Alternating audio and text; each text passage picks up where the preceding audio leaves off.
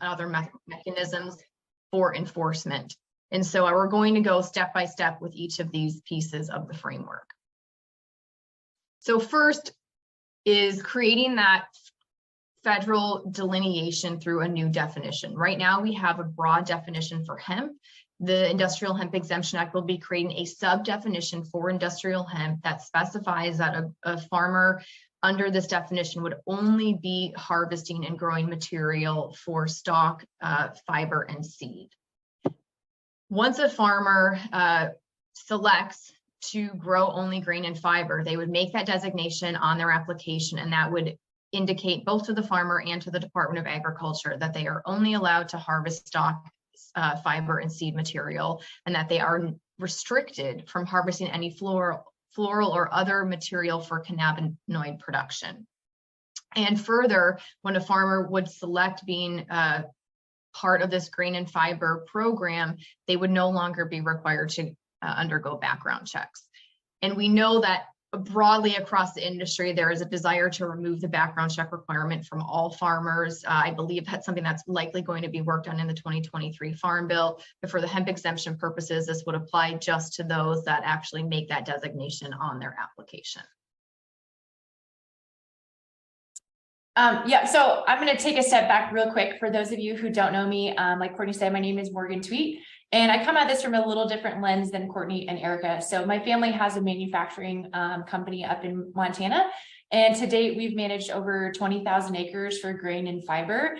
And I really came to both of these ladies a year ago because this is essentially it's a need both for the industry, but really for the success of our business. I've had farmers that are loyal to our community, to our business, and they've come up to me and just said, I just can't do it anymore. You know, we've jumped through all these hoops for 4 years now, and I'm just over it. And so for us to be successful and really for us to see any of the opportunities that all of us in the industry are excited about with this crop, we've got to be able to open up this pathway. And so I've seen it really firsthand. And to me, it seems like it should be pretty simple. And so I really want to start with, these are 3 visually distinct crops. I think with a little bit of training, I think that you can really prepare these individuals that will be inspecting the fields to pick up on some of these cues. And so we'll go into a little more detail about what they look like, but you know, to Courtney's point previously, we really want to try to open up the door. I think there's more opportunities in the future for us to even get further cutouts to make this easier and easier for growers. But for right now, we feel like how the exemption is framed and the language, it is the highest likelihood of success and easy for us to implement. And state departments of agriculture should feel very comfortable that we've looked at a lot of these things and we've talked with a lot of individuals trying to, like Erica said, let's identify all of the loopholes that could potentially be there. And we really appreciate feedback. So hopefully you guys can reach out to us after this if you have any more questions that we didn't address. So first we'll go to the grain crop. Go to the next slide. So some things that you're going to look for if you're going on, or you're going to see if you're looking for a grain crop.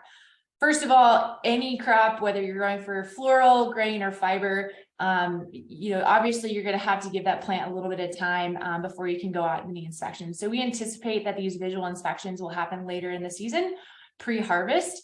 So let's say mid-July time that you're going out there. Well, what you would see in a grain crop is first, really, it's going to be row crop style planting. So probably a grain drill is going to be used. You're going to see 200,000 to 500,000 plants per acre.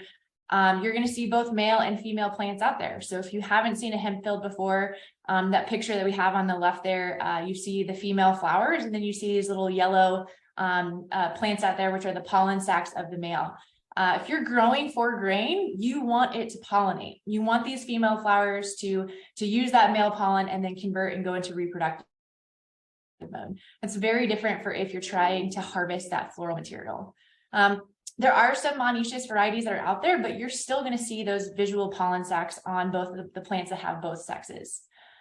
If you do have concerns about floral material, we do know that it is already considered combining or harvesting the seed is already considered a remediation step. And that's because that floral material is not being collected when you're going through the combine.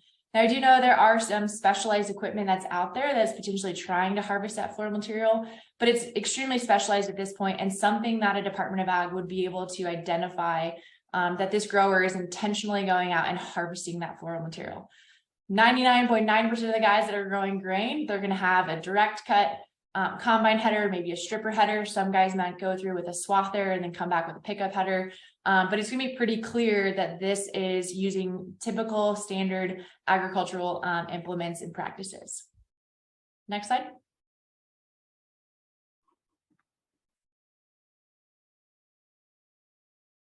So next is fiber. So similarly, like, we got to give it a little time to get out of the ground, but you're gonna know pretty much right away if this is going to be a fiber plant because of that high planting population.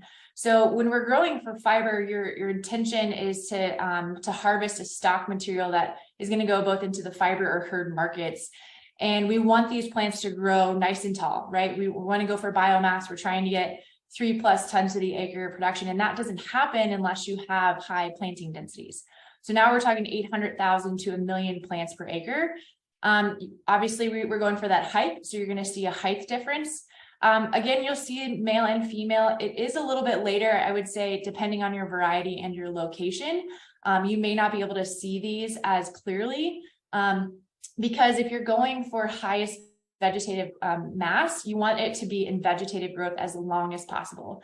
And so we really are seeing the varieties perform that delay that reproductive stage until later and later in season. And so depending on when the inspector goes out, they may not be able to see these pollen sacs, but that shouldn't deter you that you should be able to make a designation or an inspection pretty easily.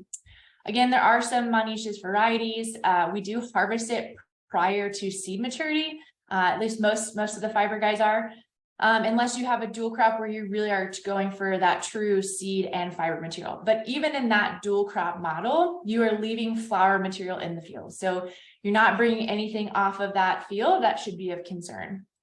And then on top of that, if you do have any intact flower material, we really have seen field retting is a very effective way to eliminate that flower material. So I would say pretty much most processors now are finding that the retting process is really critical for us to hit those higher value fiber products, as well as efficiencies within the manufacturing line. And so that retting process is essentially when we go into the field, we cut it as low as we can, we lay it down, and then you're going to let it do that natural decomposing where you want both heat, moisture, and then time to start breaking down the pectins that are holding the fiber to the herb. So what we want is physically the breakdown of material. So if there's any leaf or flower material that you're concerned might be a compliant issue, just let it in the field.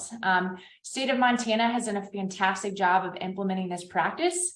You know, full transparency, we have had fields go hot in our growers, but we're very fortunate that our Department of Ag has recognize that field retting is a way to remediate. What we do is we test right before they bale.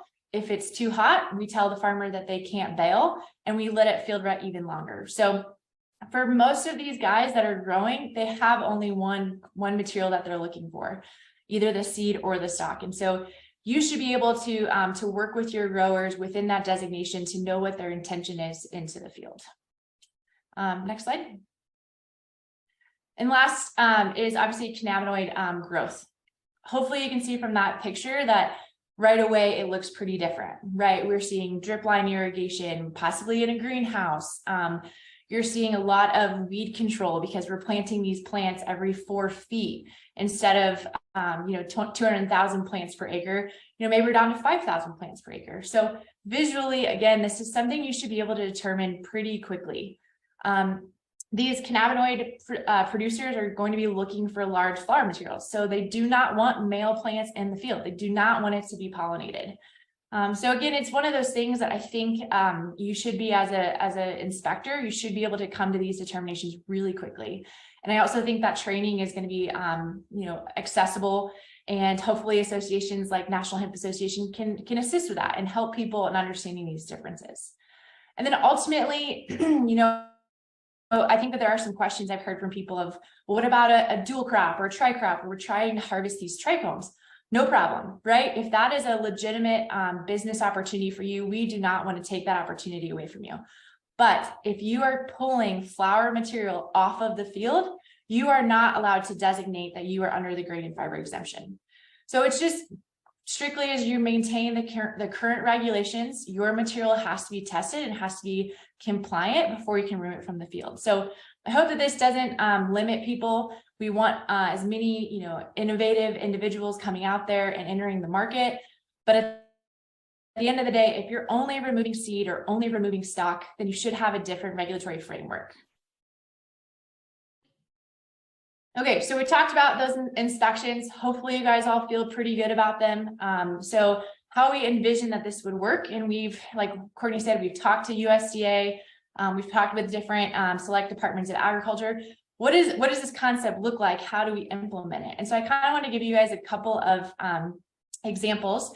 Initially, you will do your inspection. If you get to that inspection and something doesn't look right or you're concerned about it, then we go on to the next step. And so what we call for a failed visual inspection, then we have to go and verify our producer's intent. And what we think we can do that is additional documentation, potentially seed tags, your FSA report, possibly a sales contract. Hopefully, before you put the seed in the ground where that product is going to be sold at. And then lastly, if we still don't feel like that's verifying the intent of the producer, we can, or the state can request for a harvest inspection. So let's be boots on the ground. Right there, when you're harvesting, you can see what material they are planning to remove from the field. If that point you still feel like you have a bad actor, someone who's trying to circumvent the program, then we can do a follow-up chemical analysis of the plant material that we're concerned about. So we're not going to sample the stock material. We already know that that's not classified, and we're not going to sample the seed material. But if we feel like someone is out there growing flower and we're concerned that it's obviously incompliant, then we are going to have a chemical analysis of that flower material. So we really want to emphasize that we're going to try to find the intent of the producer first. Obviously, the visual inspection should give us 95% assurance that they're doing what they're supposed to do. And then from there, we need to verify intent. If worst case scenario, we still think, then we still are allowing for that chemical analysis. And that was really coming from the state departments that we talked to that felt concerned about bad actors. So this is kind of our compromise in a sense to try and help and empower them to feel like they can manage this program.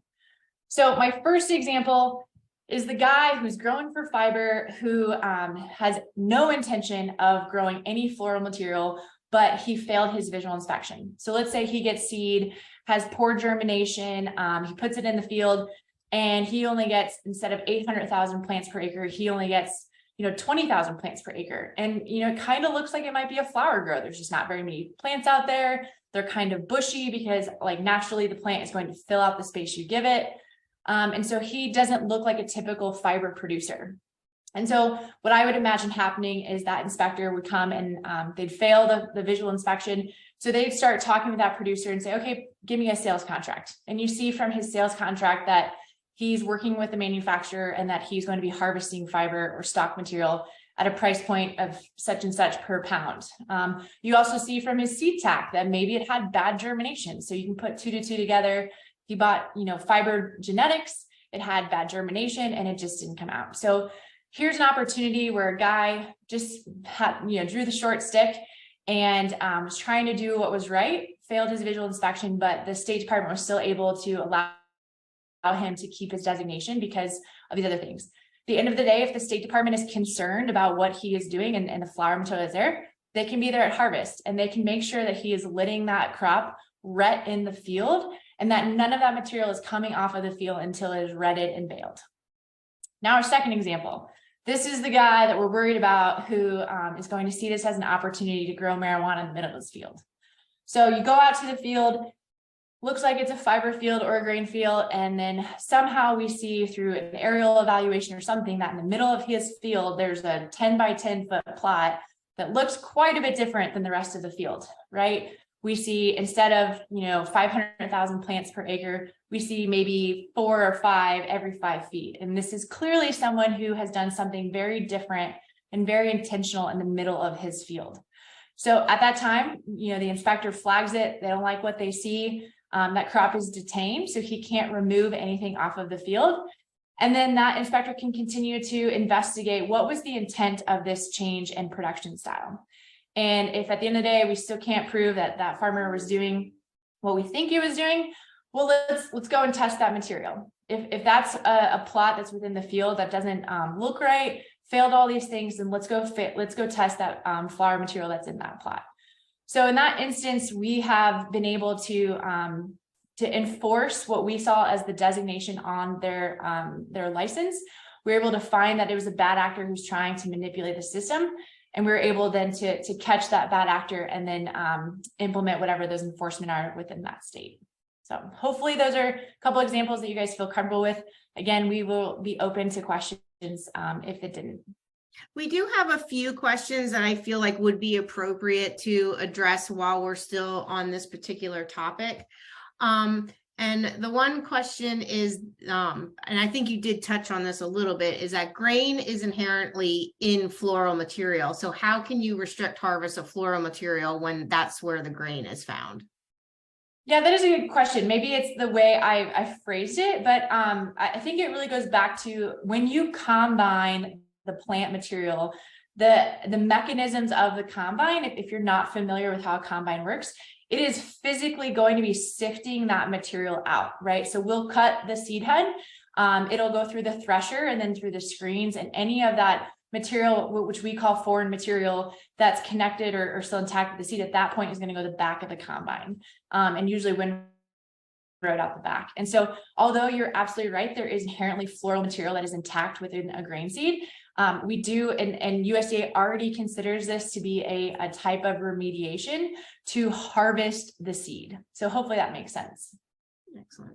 And then what does this exemption accomplish that isn't already possible through performance-based sampling, other than the background checks? Yeah, so even in performance-based sampling, like we're very fortunate here in Montana, we're one of the states that do that.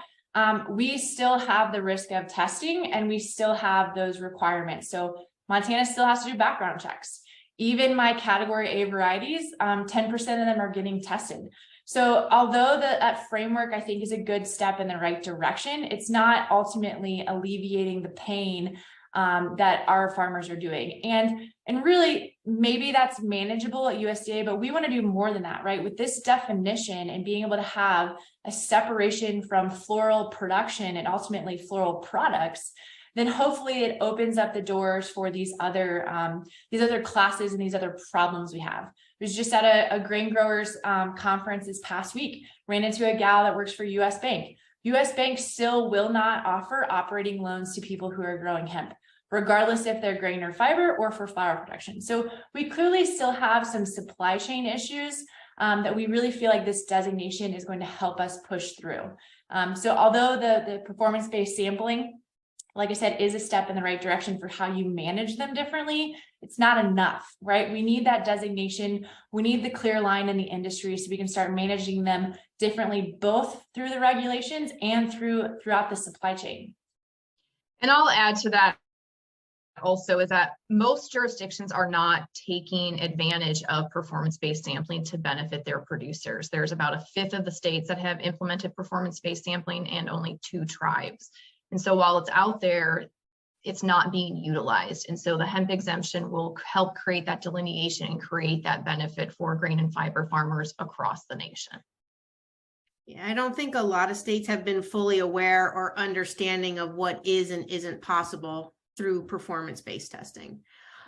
So the question about, is it recorded and be available after the seminar? It is being recorded now, but I did miss the first like 10 minutes because I forgot. So yes, we will be able to make information available afterwards. And then this question is somebody who logged on a little late and would like you to repeat what is the number of plants per acre for CBD production.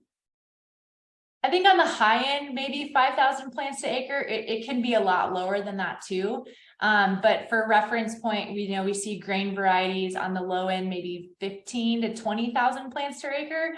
And then on the fiber side, on the high end, we're even seeing upwards of 1 million plus plants per acre. So pretty different exponential difference there in seed population. Okay. And then two more, and then we're going to move on. Who would you see doing these visual inspections? So I think that the state departments and who currently is managing the programs is the most logical answer for that. You know, we are trying to give states still their jurisdiction. Like, we don't want to necessarily be telling them what to do. We like to have that autonomy between states, but that makes the most sense for those program managers to be also inspectors, and how they're currently delineating out sampling and testing procedures, probably along the same lines. Okay, and the last one before we move on is saying, please be aware that some producers will not field ret. It will dry to an acceptable level and then be harvested and stored. Will this be a problem? Yeah, I saw that question, and I totally feel that because I have some producers that field retting is very challenging, right? Unfortunately, I had an early winter this year, and so a lot of my fiber is still in the field because we got snow early and it's still on the ground. So you're absolutely right. There is an opportunity that retting may not happen, but what we'll get into a little bit later on is we actually, in the language, restrict any extraction of cannabinoids from that material. So worst case scenario, we don't get the field retting. Farmer wants it off the field. They don't care, hell or high water, it's coming off. We do restrict that manufacturing process of extracting those cannabinoids. And so we want to make sure that the intent was never for it to be a cannabinoid product. Even if by happenstance there's flower material still there, it is illegal for us to concentrate or to remove that material out. So at the heart of this exemption, we really want it to be less burdensome for the farmers. And so maybe that changes the way manufacturers do things later down the road, but the farmer themselves should have the least amount of requirements for those burdens, because at the end of the day, these are guys that are considering this to be a row crop. This is not their cash crop. They're probably putting it into rotation with wheat, with corn, with soy, with other specialty crops. This is not what they're focusing on. And so we want to try to make it as easy as possible so we can start seeing those benefits of what it's like to add hemp into the rotation. Okay, great. We have some more questions that I think will get answered as we move forward, and we'll definitely have Q&A at the end. So I think at this time, we'll just continue with the standard presentation. So yeah, I'm really glad that we were able to answer a lot of these questions, that Morgan was able to go into some detail more about the different types of production, what they look like, and how we envision the inspection piece being carried out by our regulators. And I saw one of the questions was, does this still require farmers to be licensed? Absolutely. And we have heard from a lot of farmers that they don't want to have to get a license, but from an enforcement perspective and an administrative perspective, we still need to require licensure so that our departments of agriculture and our law enforcement will know who is cultivating what and where. And so at this time, until maybe we have a major federal change in overall cannabis policy, we do need to maintain that licensing framework. And it is through that licensing framework that the farmer would be able to designate, I'm only growing grain and fiber. I have no intention of growing cannabinoids or harvesting any flowers for sale. And then that puts them in this framework of going through these visual inspections and not having to go through the background checks or through sampling and testing unless there is a question as to the actual intent and type of production. And so when we're looking at the enforcement piece, the licensing is a critical piece. That is what will be able to help help our law enforcement, our regulators delineate the different plots and who's actually cultivating, true industrial hemp, or if they're cultivating cannabinoid hemp, and also to give the oversight for the mechanisms for the inspections and the enforcement piece. And while the exemption will apply across the board to all jurisdictions, whether it's a state, tribal jurisdiction, or a territory, we have included within the framework that each state, tribal jurisdiction, and territory will maintain their regulatory authority to determine the severity of any civil or criminal penalties for anyone that is not in compliance.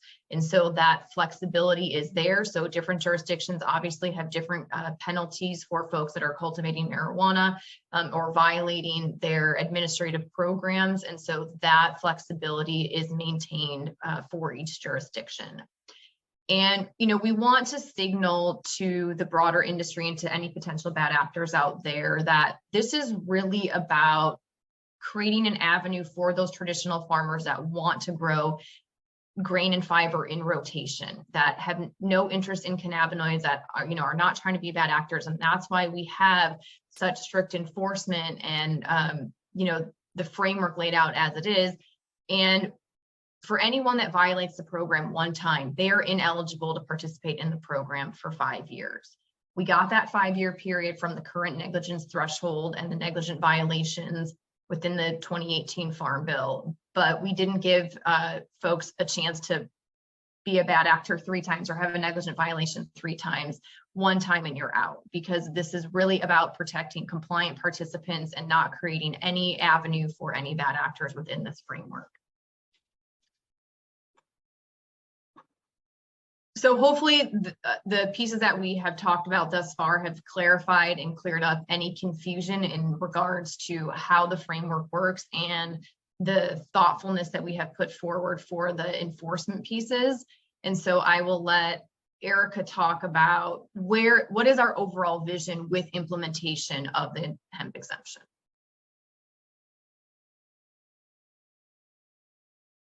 Oh, you're Erica on mute. Oh, sorry.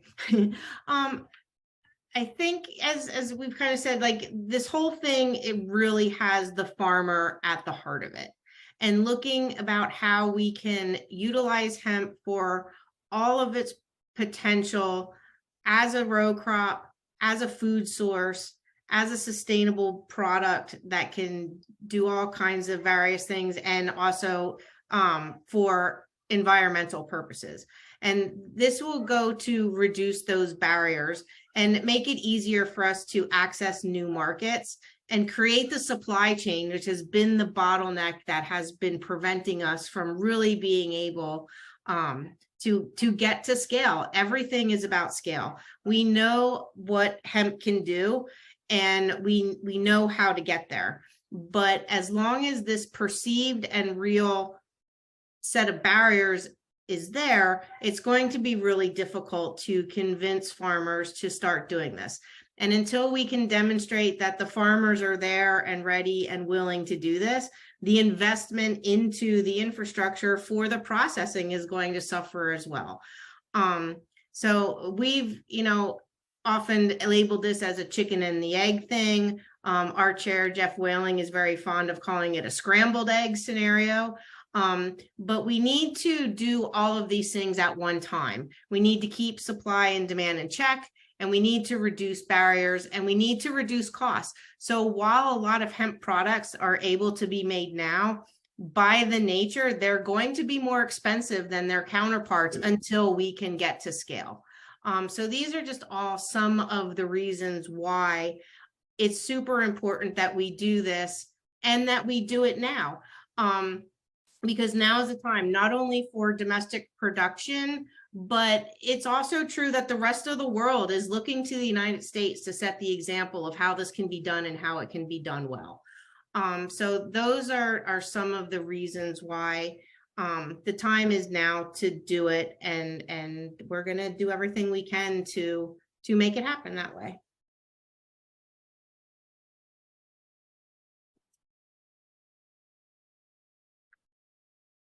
So I get asked a lot as a processor what my concerns are for the current GRAS status of the hemp food and then possible animal feed approvals. So if you don't know, I'm also the executive director of the Hemp Feed Coalition. And so animal feed is near and dear to my heart and something I work on quite a bit. And so I truly believe that we're going to still continue to choose to grow low cannabinoid producing varieties because of these regulations. If you look at the GRAS notices and you read them for hemp seed oil, for hemp protein, for hemp hearts, they clearly define what the limits are and why FDA didn't have any concerns from. At that time when that was submitted, it was just for THC. So we see that the varieties that are going to continue to be established and used in the hemp food space will have to meet these regulations. So as a hemp food processor myself, I'm going to choose to work with producers who are using those varieties that I know can meet these thresholds. I think it's kind of a misconception that this exemption just wants to throw the compliance values out the window. It's absolutely not the case, right? The consumer is going to drive these numbers, and especially when we have regulators that are setting thresholds, then that's going to drive the market as well. And the same concept is absolutely going to be applicable to animal feed. When we get the application for laying hens approved, which HFC has been working on for 2 years, we had to define a contaminant level for THC and CBD. So regardless of what I personally think, these regulations are already recognized. And we do believe that with good manufacturing practices and new technologies, this will continue to change, and we'll continue to find efficiencies within the process. But at the heart of this exemption, it again goes back to the farmer. They shouldn't have to worry about those burdens, right? The manufacturer, that's my problem. It's my problem that my customer has a limit for CBD in my hemp seed oil. It should not matter to my grower. So as a processor, I will continue to work with seed companies that have good genetics. And when I say good genetics, I don't want that to mean compliant genetics. I want genetics that are going to perform because of their oil content or their drought resistance or their yield, right? Things that are already established in agriculture. I want those breeding companies to be working on. And I know they are. I know that we have some really great varieties that are out there coming out and that we're working on. But at the end of the day, right now, we still have to worry about compliance because that's what's driving the narrative. And so I don't think that this campaign will have any effect on grass status. And I don't think it will have any effect on animal feed approvals because we will define as an industry what are those thresholds, and regulators will set the bar of what they think is legal in consumption, and we will have to meet that. And so that's going to be the industry's problem, not the farmer's problem. And one thing I would add is that we are hopeful that creating the delineation will help ease conversations so that when we're talking about grain and we're talking about fiber, all of a sudden the conversation isn't jumping to Delta 8, for example. That when we're having these conversations, whether it's regulators, whether it's bankers, whether it's folks that we're trying to engage with advertising with, that there isn't this conflation or this confusion between the different sectors anymore, and that there really is an understanding that when we're talking about grain, we're talking about grain, we're talking about food.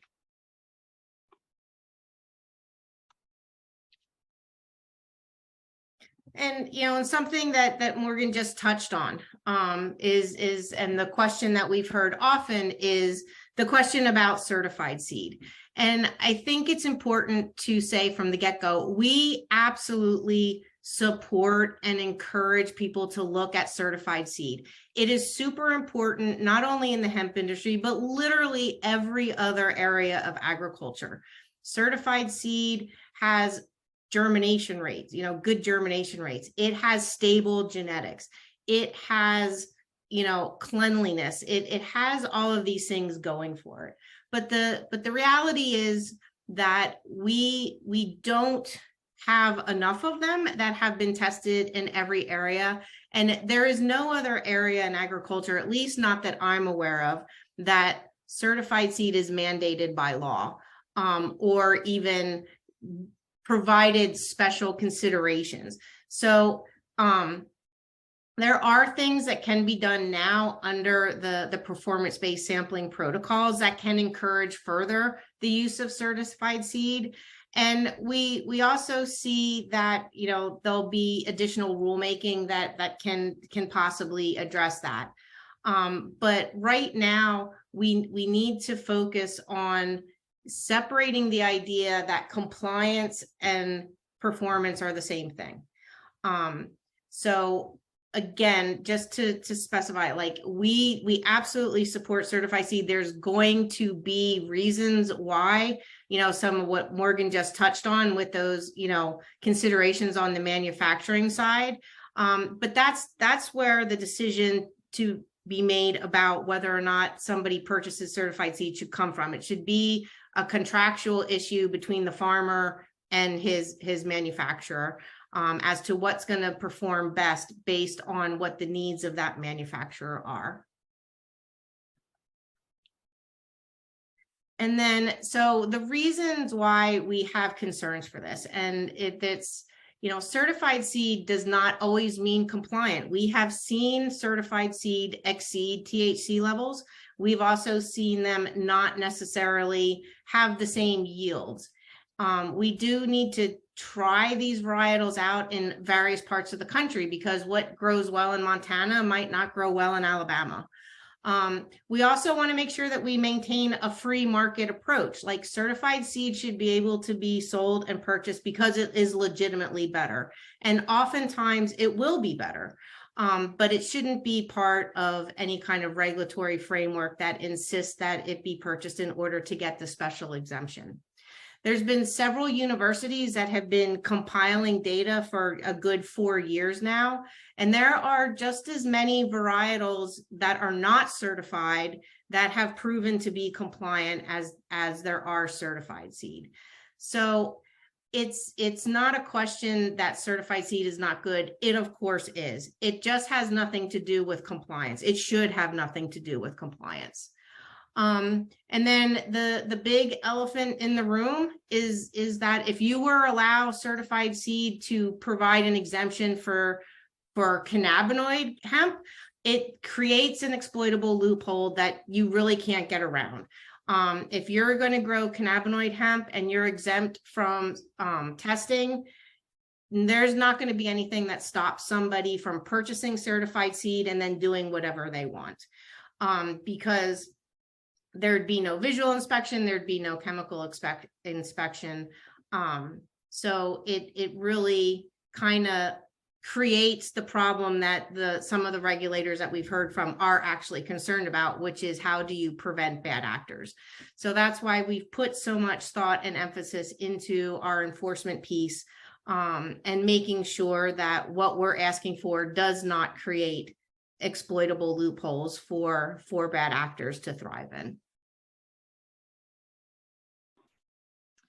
Thank you so much for explaining all that, Erica. And I do just want to point out that, there are additional exemptions available for certified seed currently with performance-based sampling, and also that through rulemaking through the hemp exemption, additional exemptions could be advocated for certified seed. And so we do fully support the use of certified seed that is performing and helping our farmers grow and meeting manufacturer specs. Go backwards here. So what is the status of, there we go. Okay. What is the status of the Industrial Hemp Exemption Act? So the bill is drafted. We have bipartisan Senate champions. As we've discussed, this framework has been vetted through the Senate Ag Committee with USDA, select departments of agriculture, and numerous industry stakeholders throughout the country.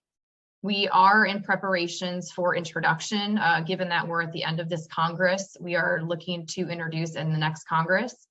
And this is a standalone bill with aims to insert into the Farm Bill.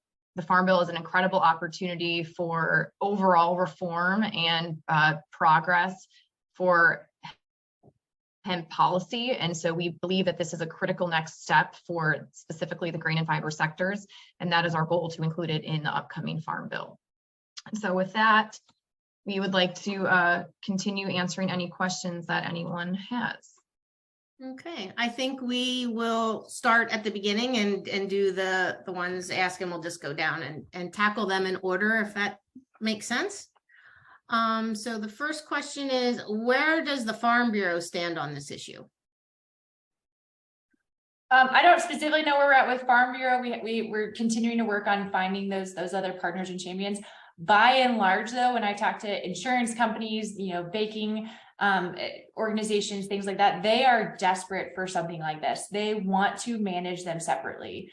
Insurance is probably number 2 on my list after the exemption for things that have to happen in the next 12 to 24 months.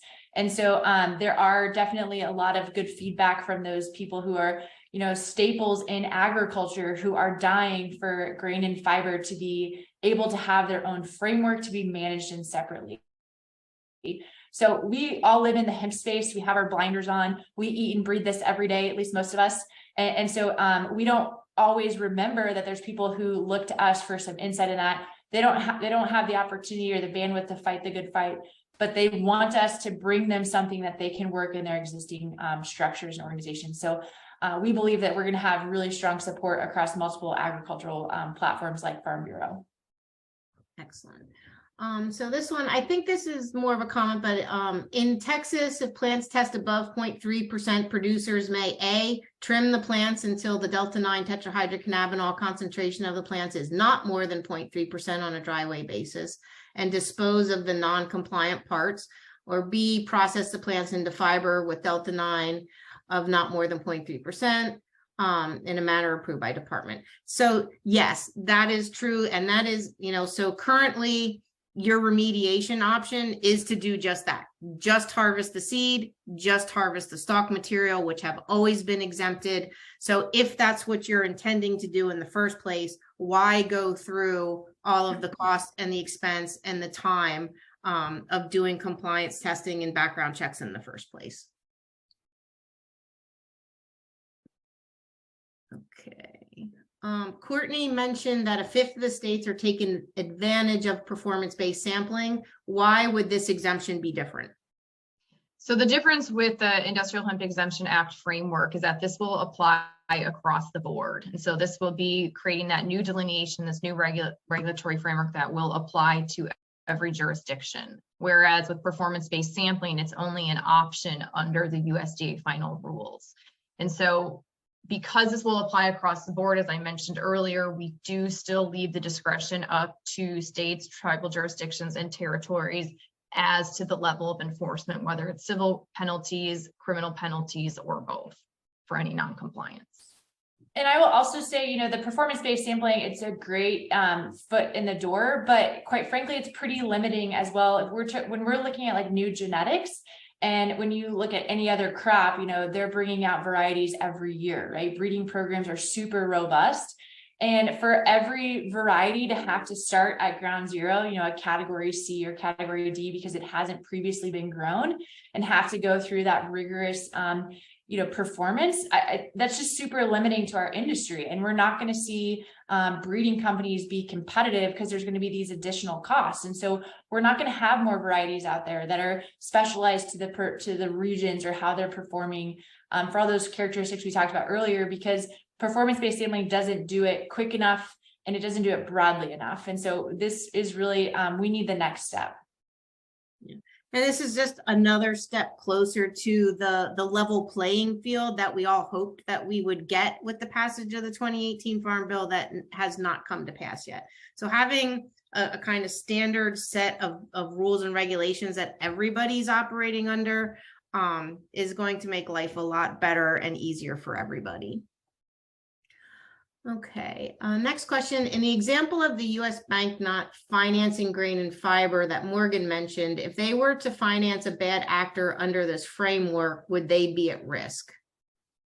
Yeah, that's a great question. And I think that that's a reality that we're going to see as inspectors and they implement this program and we get more of these other programs, like banking and insurance behind it, that we're going to have to kind of walk before we run. And so by and large, you're probably still going to see banks that continue to tread lightly while the framework is continuing to be implemented, and they're going to need to get historical data.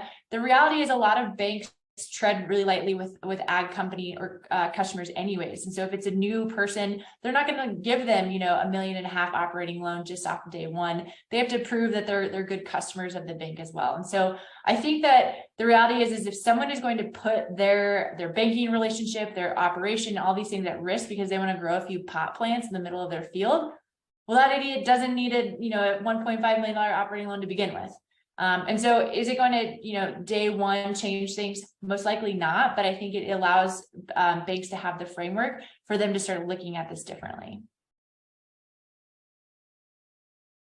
Excellent.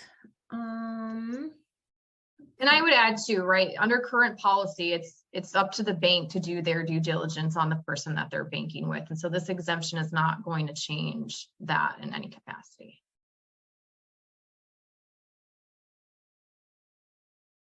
Okay, just trying to scan through here. Somebody commented that USDA extended DEA lab registration exemption through 2023.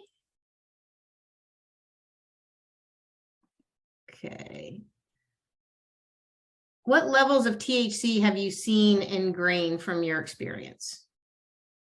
So the varieties that I've grown, that we, have been bred up in Canada for the last 20 years, they're well-established genetics. And so most of the time, if any of my growers were picked to be sampled and tested, we saw non-detectable limits, right? Or very low 0.1, maybe less than that. So we're not seeing levels of THC in the grain varieties. If you look at the USDA current program and how they instruct those samplers to take the sample, I also think it's a little construed, because to someone's point earlier, there is still flower material that's holding on. So that's where those trichomes are. By and large, when you take a sample of a grain head though, the major concentration of that material is seed. We know biologically that we're not creating cannabinoids within the seed themselves. So when you blend that sample all together and get a composite sample, the higher concentration of seed is going to outweigh any floral material that is there. I think if you were to just take the seed and individually, test for cannabinoids or THC in the seed, it would be very low levels, non-detectable levels of THC.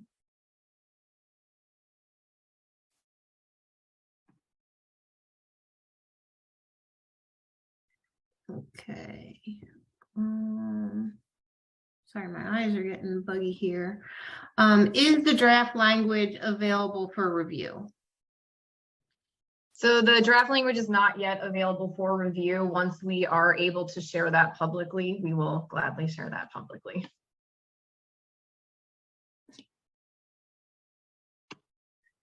Can you please reiterate what were the additional exemptions for known producers using certified seed varieties? So just like with performance-based sampling, none of that rulemaking authority is changed through the hemp exemption. And so any certified seed companies or other folks that want to advocate for further exemptions for certified seed, we are happy to work with them to create those delineations. Do you feel there is more work to be done in the Senate or the House? What issues, benefits do you see with the new Republican-controlled House? I feel like hemp is one of these rare things that actually enjoys bipartisan support, which we're eternally grateful for.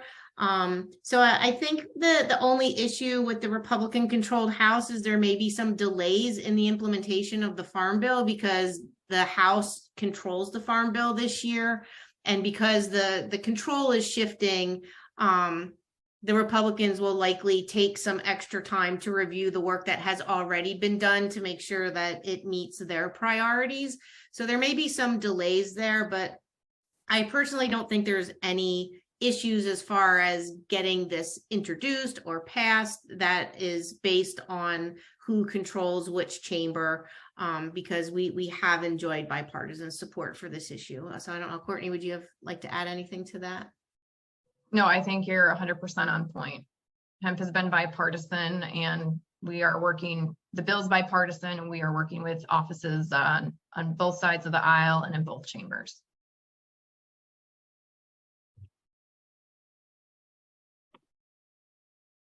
Okay, can you share thoughts on why licensing would still be needed instead of a field or crop registration?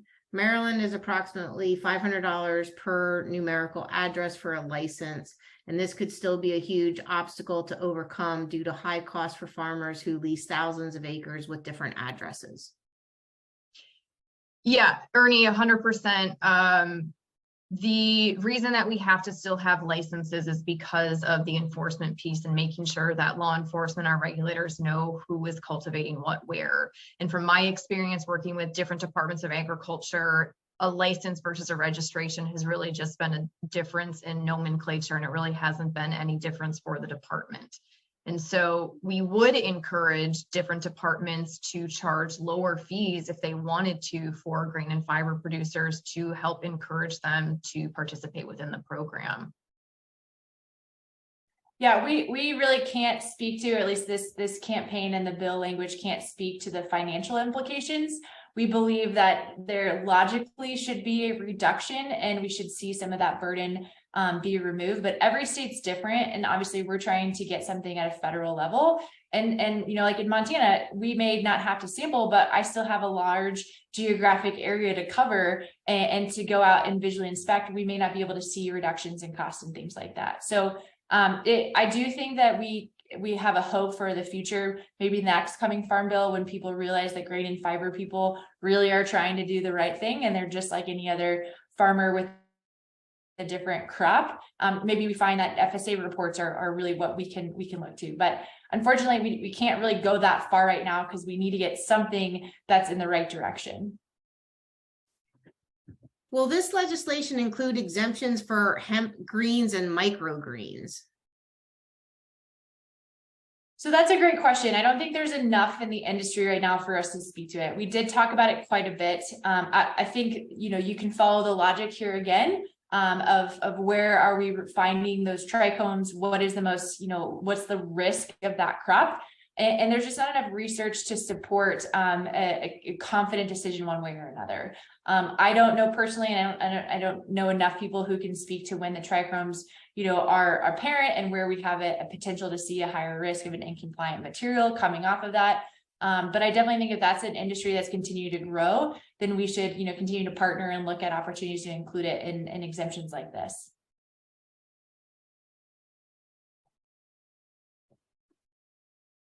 Can you give a few examples of U.S. industries specifically waiting for this, i.e. hempcrete, hempwood, or just edibles? Yeah, I mean, this is really necessary in us to grow any of these industries. So the reality of a lot of those products you just shared are pretty low margin products. And so that means we need a low cost of goods sold in order for that business to be viable. And how do you get low of cost goods sold? You have to have a low raw material. And so if you look at just what the farm economics are for what the value of stock material is or seed material, and then you add on these additional burdens within the current framework, you know, that number continues to get smaller and smaller. And so we need to open up these things so we can get a lower cost of goods so that we can capitalize more on these margins while we're building these higher value products, you know, which require more technology, they require more infrastructure. And so that's really just kind of continuing to reduce the denominator to make this a little bit easier so the industry as a whole can grow. Hope that answered the question. Okay, well, we are actually a little bit over time. So would either of you ladies like to make any final comments? I think that there was a lot of questions still about genetics and certified, and I think that's a good conversation to have. One thing that we didn't quite point out though is, you know, we need those, or we pointed out to, but maybe didn't hit home, is we need these varieties that perform. And, you know, the Global Hemp Association endeavored to find out what those varieties were that were performing, and they did 10 locations. A lot of great people were involved in this project. And I know that there's just some preliminary work that's out right now, but what we're finding is some of these varieties that are not certified that may possibly go hot, right? Maybe 0.4%. They're actually putting on the biomass that these farmers need. And so I know that it's somewhat scary for people to consider, but if we are not removing floral material off of the field, do we really concern ourselves with these varieties that have the potential to go hot when we're really trying to focus on what brings that farm economics back into sync? What do these farmers need to see for production? So I'm really thankful for, you know, the variety trials that, you know, Global Hemp Association put together. I know University of Kentucky coordinated with several different extensions offices. I think there was like 12 different locations across the US. They looked at germination. They looked at the THC content. They looked at the biomass material. And so we do have statistics now that are pointing to us or pointing us towards varieties that may not necessarily, you know, qualify as certified right now, but are performing. And it goes back to, you know, we need to start being recognized as a traditional row crop, and we need varieties that get us there. And opening up that door for us to consider them a little bit differently and manage them differently is really important for that to happen. Yeah, and I want to add too is that, you know, we're really trying to create an opportunity for expansion of the grain and fiber sectors and for them to really be regulated as close to traditional agriculture as we can at this time, given the other concerns and the federal status of marijuana at this time. And so I saw a question just popped up, you know, have we seen opposition from the medical or recreational marijuana industry from this bill? Absolutely not. Every cannabis association I've talked to is fully supportive of this. And they also want to see an opportunity for grain and fiber to thrive. And so I hope from, you know, an industry perspective, but also from a regulator perspective, you can see that with the framework that we've put in place, that we are doing everything that we can to address your concerns, ensure that there are no bad actors that would even attempt to be part of this program, and that if they do, that there are strict enforcement measures in place, and that each jurisdiction, again, will have that flexibility for the type of enforcement, whether it's civil or criminal, for anyone that would attempt to try to violate this program.